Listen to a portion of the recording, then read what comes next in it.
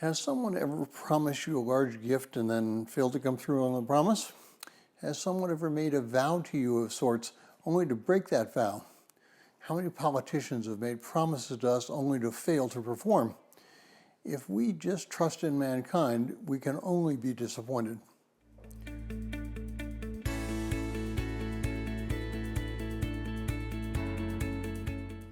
Well, if you're joining us in going through this 6-month reading plan through the book of Psalms, today's Psalm is 117, verse 1 through 118, verse 11, and I encourage you to read that Psalm.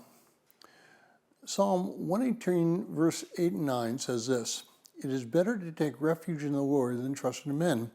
It is better to take refuge in the Lord than to trust in princes." Well, I guess I may have sounded a little pessimistic at the beginning of this devotion.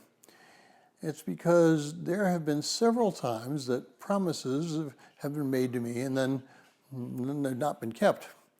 Because of some of these promises, they came from people who have been incredibly important in my life, and yet they let me down. And I don't need to go very far to know that I've done precisely the same thing to some of the closest people that I have in my life. My guess is you have too. But God is not that way. When we trust in God and we hide behind Him, we will never, ever be hurt.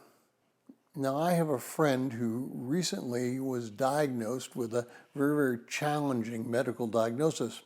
This diagnosis meant that his life was going to change forever, and even could mean of a shortened lifespan. What would you do if you received such a diagnosis? Would you have the question of why me? Or would you ask, what are you trying to teach me, God? We cannot ask the question, why me? And the reason is because it assumes that we have some control over our life, and something came entirely out of the blue, which we could not control. But in reality, if we are believers, we should not think that we have control of our lives. We should know that God is the one who is controlling our life, and God is the one who is allowing any situation to come into our life. Whether it's in riches or poverty, whether it's in sickness or health, God is the one who controls what happens in our lives. But what then is our role in our lives? As Christians, we should always be asking the question, what are you teaching me, God? And what would you like for me to do or respond to it? It is only through that question that our lives will be made full. It's only through the question that we set our focus on God and not on the particular situation. Psychologists like to teach us that we should be self-controlled, that we should be in control of ourselves. And by that they mean that we should be deterministic. We should determine as much as possible our own lives and our own outcome. But as a believer, we should not be seeking ourselves, but we should be seeking what God has for us so that we may become an icon of Christ in our own lives.